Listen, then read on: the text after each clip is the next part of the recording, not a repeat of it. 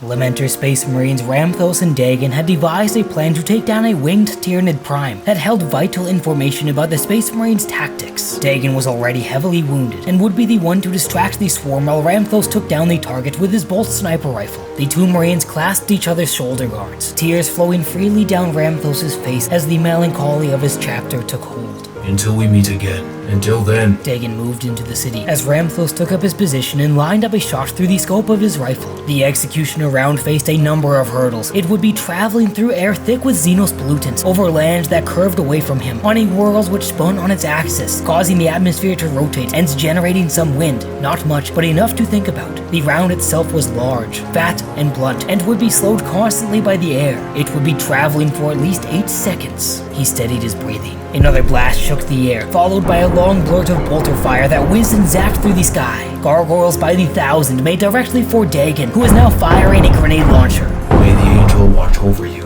blood of Sanguinius. He turned back to the Prime. The sky was clear. There were a few floating bioforms, a few spores like corrupted balloons, and high above, miles above, titanic creatures soared between banks of high-altitude cloud. But there was nothing between the Prime and the barrel of Ramthos' rifle. Not anymore.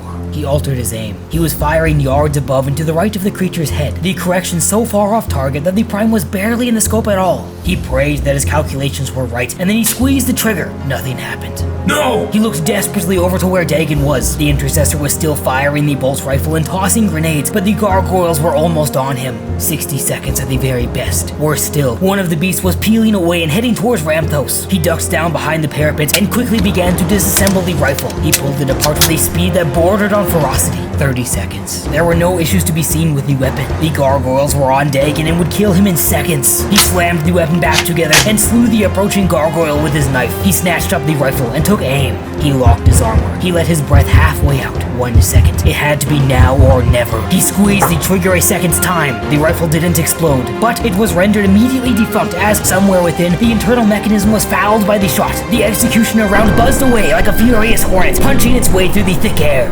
Sanguinius, I beseech thee. He snapped the scope off his rifle and, squinting, tracked the round. For my brothers, I lament. A mile to go. The Prime had not moved. For my chapter, I lament. Half a mile. For our heresy, I lament. Dagon's position evaporated as the sack of ammunition and final bandolier of crack grenades were detonated all at once. For the blood of Fidel, I lament. The executioner round traveled directly through the Prime's right eyeball and exploded in the core of its brain. The thing swayed for one endless second, and then it collapsed heavily into the spawning murk, sending up a great wave of putrid amniotic fluid.